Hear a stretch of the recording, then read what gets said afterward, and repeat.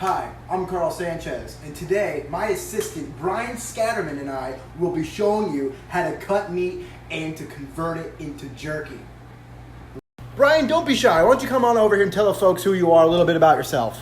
Hi, my name is Brian Scatterman. I'm a chef in training, and I'm just going to learn a little bit here from Mr. Sanchez, Chef Sanchez, sorry, and we'll see if we can make something good here, something that everybody's going to enjoy. But definitely a lot to learn on Brian's end, but we're going to make do with what we got today, folks.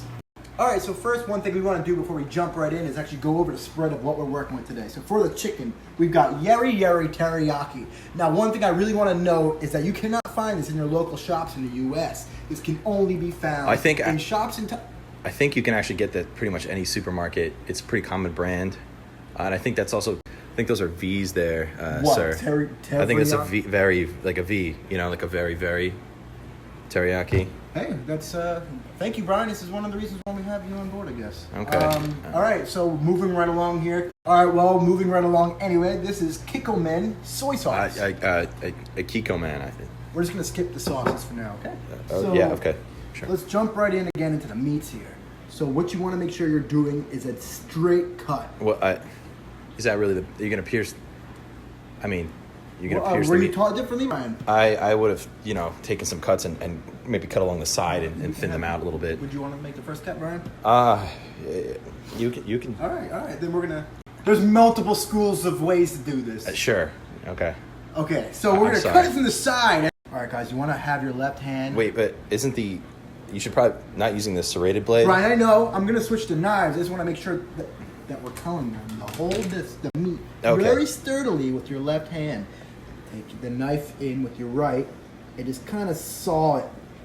You're just sawing the meat and holding that down. It's always going to be a side cut. You don't want to come down to the middle, we found out. We did a little bit more research on our end. And you're just going to swipe it, right. Just, yeah. Brian, any questions while I'm doing this here? I mean, no, I think you got it, sir. And you know what you can do? Don't be afraid to turn the chicken around and then actually start cutting it from the middle at that point. Because once you've made that incision, you're going to want to slice it just so. And you want to always make sure that you have a nice thick wood board here. Because God forbid you mess up the counter. We can't mess that up. No, we can't because that's expensive. All right, so I'm not going to show every single one. So I figured while Chef Sanchez is over here cutting this meat up, I would just take a second to talk about the dehydrator we're going to be using for the process. This is the paper towel, please. I asked for that about a minute ago. Shit. So anyway, the dehydrator we're going to be using is the Gourmia GFD 1950 model. It's top of the line dehydrator. It's a really great piece of equipment because you got 9 full trays here. Right. Huh? I'm glad you're having fun. We just don't have that much film left, and we don't have that much battery, so we want to kind of consolidate what we're talking about here on film for the documentary, right? Yeah, okay, I got you. Welcome back. So what you can see right here is that I continued cutting the meat. We're all done with that. And what we really want to focus on now is kind of separating the processes of the meat. So what you have here is a real good cut of London broil, probably one of the best I've ever seen. See, if you actually... I'd probably... I'm sorry, I didn't mean to... I was just going to say, I don't know if this particular cut is very good. I mean, the marbling is poor throughout. You only really have two little hot spots over here where you can really say that it's a nice cut. Well, Brian, you put any little detail under a microscope like that, anything can look bad. Okay. Yeah, chef. So we're going to keep moving along here. Okay, sorry about that.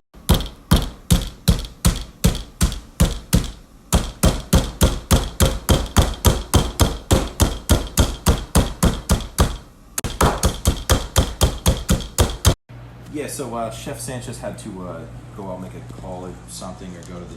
I don't know what he did, but as you can see, I'm just getting that along now. I just got a couple of those pieces now hammered down. Just got to flatten them out before we put the marinade on them and get them going. So I figured I'd just help out Chef Sanchez while he's gone and, move this along a little bit, keep it going. We'll just, don't slow too much. So it's just going to be a little bit more of the same here. We're just going to use the wide... I like the wide hammer side of the poultry tenderizer to really get in there. Kind of... Oh, hey, Chef. How's it going? I had a meeting with the producer. He told me I had to calm down a little bit with being mean to you. But what the fuck are you doing with the meat beater, man?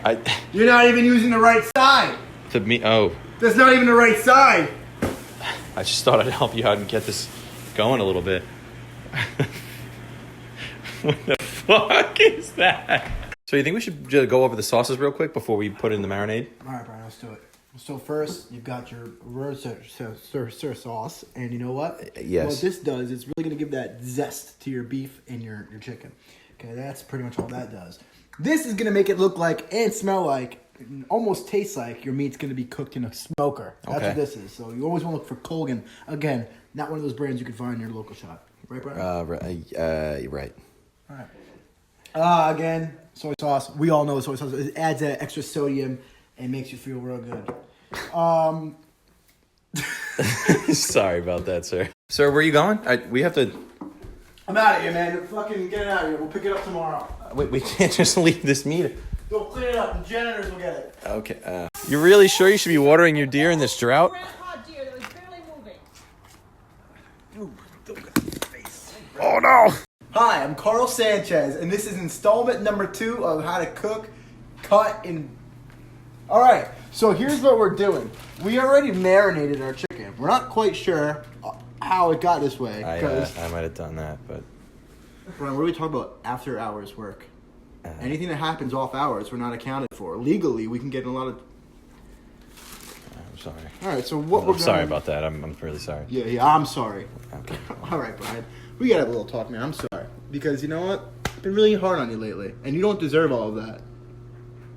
You mean it, Chef? Alright, folks, it's finally time for that one step we've all been waiting for. We're gonna load up our meats onto our air fryer. Right, Brian? Dehydrator. This is the Brian, Gourmet please, GFD not now, 19. Brian. Alright, so Okay. here, we're gonna load up our beets on the... Brian, what is this? Oh, my... What did I tell you Oh, to do when my you God. came in this I'm morning? so sorry, Chef. You think I could cook like this? I'm so You think this fucking sorry. machine can run like this? Let me just kill myself. No, don't do that, Brian. All right. One last step. We gotta load up our meats. We're gonna put the beef. All right. So, as you can see, we separated our meats. And Brian, can you ask me why we separated our meats? Why, Chef? Because we want the drips to stay contained per category. So, for example, chicken drips on a chicken, and then a beef drips on the beef. Okay. Wow, Chef. That's a really good idea. Oh, they didn't teach you that in culinary school, did they, Brian? Huh? No, this is something that you can learn from years and years of experience. A little degree isn't going to get you that far if you keep acting up like this. I'm sorry, Chef. I don't know why I ever doubted you. It's all right, man. And like I said, I'm sorry we're going so hard on you. It's just you get to me sometimes. I'm just a piece of shit. I can never do this. But one day. Well, cap it off. What are we doing now, Brian? Well, now we're going to have to put this in the dehydrator for about 8 hours. Now that we have our meats regulated and separated like that, it's going to be good. Low drip down, risk of failure. The parts are going to make it. So Chef Sanchez has given me permission, the honors of starting this. So that's actually all you really have to do. It's pretty much... I thought you were going to make that more eventful. It's so I would already. have done it myself if I knew that's all you were going to do, Brian. 158 is probably the ideal. I guess that'll do it now. We're just playing the waiting game. We got 10 hours to go, starting now. A little word from our sponsors before we sign off. Paper towels. You can clean up anything with paper towels. Film the mess, Brian. Oh, the mess. Yeah, this is kind of, So don't worry about it because a paper towel and or a mom will clean this. Yeah, this will be good. We just got to fix this up a little bit. All right.